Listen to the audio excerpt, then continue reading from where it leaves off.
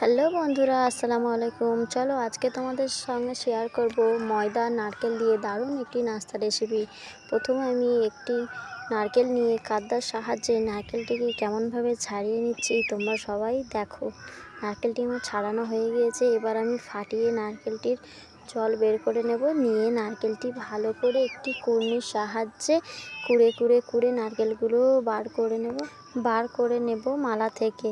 দেখুন আমি নারকেলটি কুড়ে বার করে নিয়েছি। এইবার আমি একটা প্যানের মধ্যে নারকেলটি রেখে দেব, তারপর তেজপাতা দেব, তারপরে চিনি দেব, যে যেমন খাও সেটা দেবে, স্বাদ পরিমাণ লবণ দেবে। তারপরে একটি বলে আমি আটা নিয়ে নেব। আমি কি আটা ব্যবহার করেছি সেটা আপনাদেরকে দেখিয়েছি। স্বাদ মতো লবণ দিয়ে জল দিয়ে ভালো করে ডোটাকে বানিয়ে নেব। বানিয়ে নিয়ে ছোট ছোট লেচি কেটে নেব। তারপর যে নারকেলটি কুড়ে রেখেছিলাম তার মধ্যে সামান্য পরিমাণ পানি দিয়ে নারকেলটিকে ভালো করে নেড়ে চেড়ে লাল লাল করে নিতে হবে। আমার লাল লাল করে নেওয়া হয়ে গেছে।